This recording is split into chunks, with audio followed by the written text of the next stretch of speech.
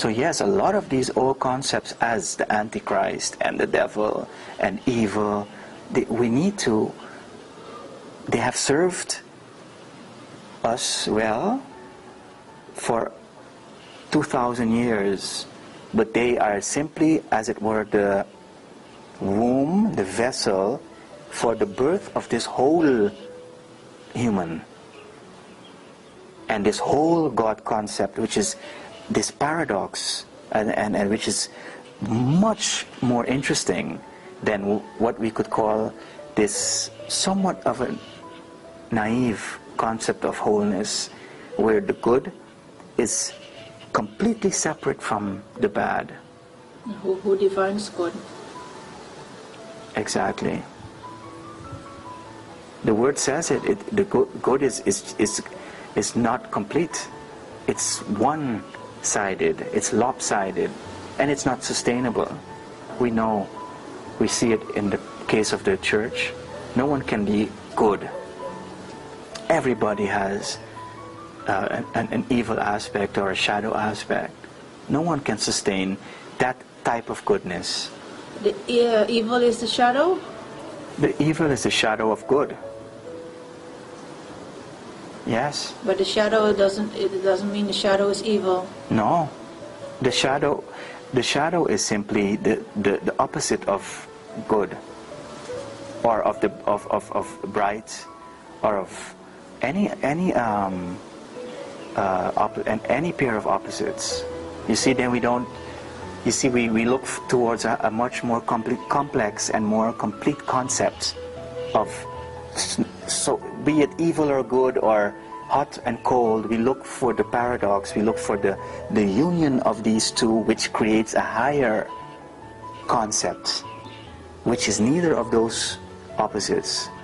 You see, this is very, very important, because we're at the verge of graduating to a new concept of deity, and together with the idea of God as only good came a God as a he, a man, a God as being up there, a God as being judgmental.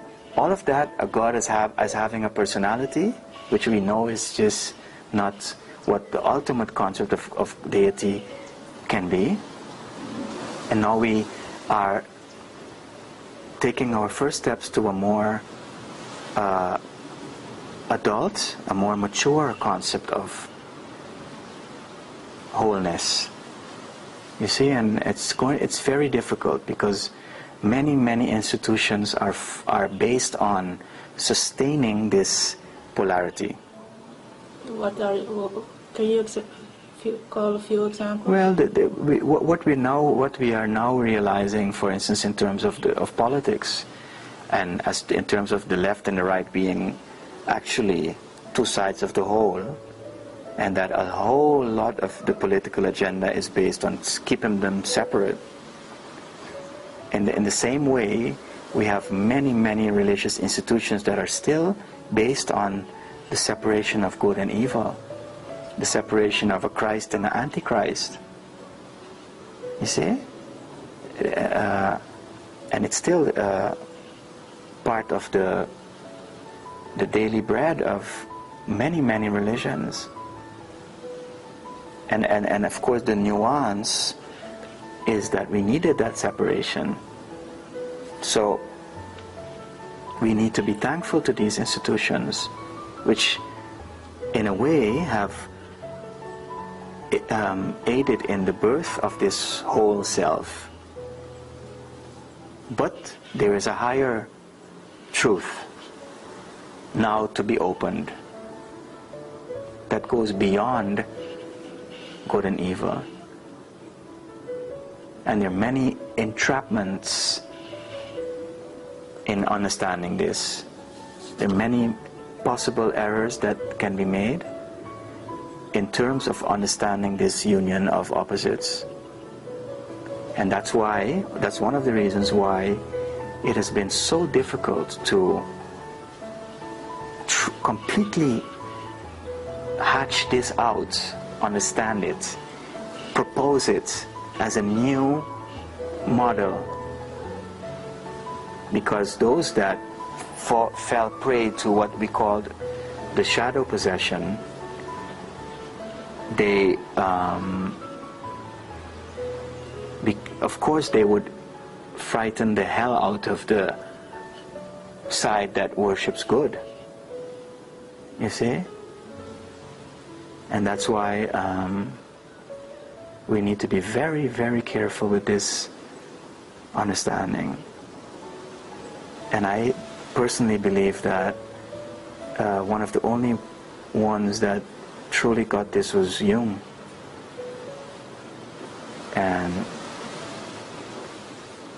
up to now, I think he hasn't been redeemed and understood. And so what is imminent is a union, a strategic alliance between Jungian psychology and Christianity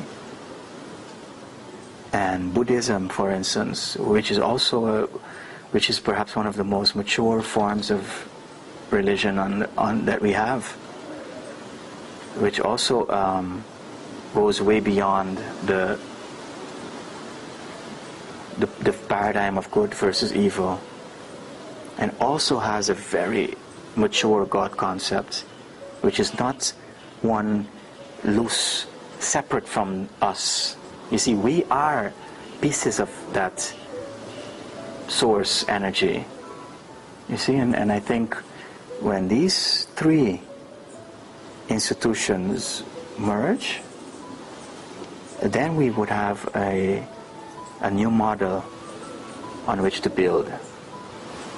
One that is no more interested in demonizing each other. One that is not what I call borderline, suffering from a borderline condition, which means that we either see only good in one side and only evil in the other, but that we can see the shades. You see, one that you can see, and then you cannot find peace with war. You can't. It's impossible to achieve peace through war. You see, and if enough of us awaken to that self, or what would be called that whole spirit, we would transform the planet, because we create what we believe. And if enough of us stop projecting the evil in the other, so if enough of us stop being that borderline personality, which can only see good and evil as separate, inevitably we will create a whole system.